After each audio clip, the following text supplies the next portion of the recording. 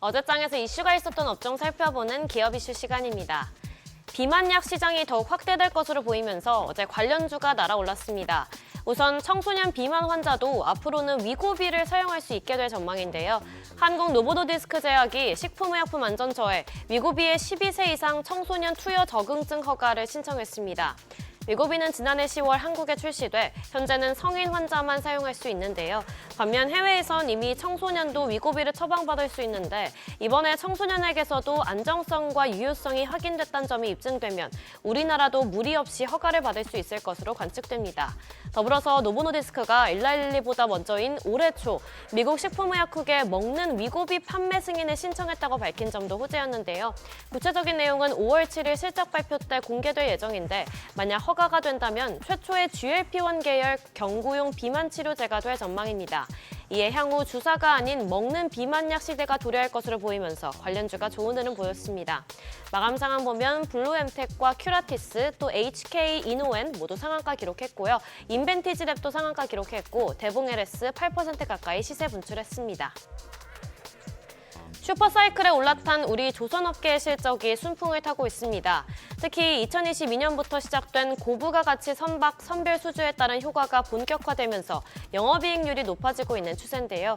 어제 발표된 HD 한국조선해양은 올해 1, 4분기 연결 기준 영업이익이 8,592억 원으로 전년 동기 대비 426% 넘게 증가한 것으로 잠정 집계됐다고 발표했습니다.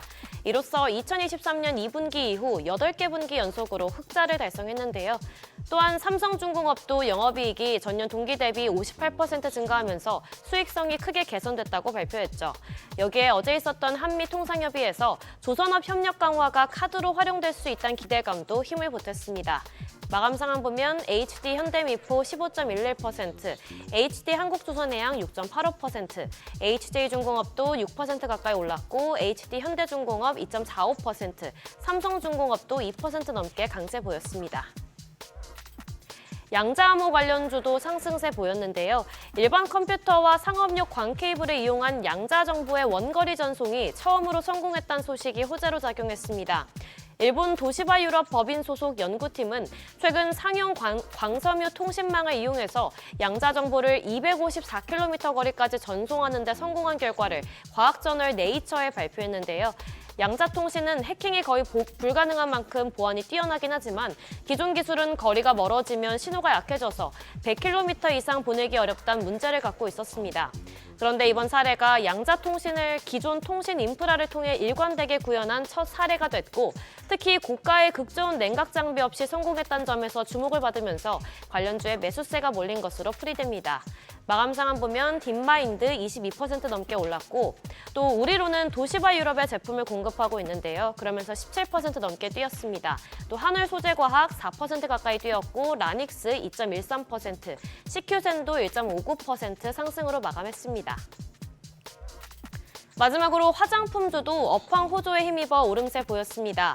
증권가에선 화장품 수출이 유럽과 중동 등 여러 지역으로 다각화하면서 호황세가 지속될 거란 전망을 내놓고 있는데요. 한국 화장품 수출 규모는 올해 1분기 26억 달러를 돌파해 신기록을 세웠는데 사상 최대 실적을 기록한 지난해 1분기 성적을 13% 뛰어넘은 성적입니다. 또한 트럼프 대통령의 고율 관세 정책에 대한 우려가 나오고는 있지만 업계에 미치는 영향은 크지 않다는 게 전문가들의 판단인데요. 관세 부과 기준인 매출 원가가 낮은 데다 한국 콜마 등 주요 제조기업들이 미국 등 현지의 생산 인프라를 갖추고 있어서 관세 충격에서 다소 비켜나 있기 때문입니다. 관련주 살펴보면 CTK 14.29%, 콜마홀딩스도 12% 가까이 올랐고 제이준 코스메틱 10.63%, 제닉과 넥스트아이 모두 6% 넘게 시세 분출했습니다. 지금까지 어제장 이슈 전해드렸습니다.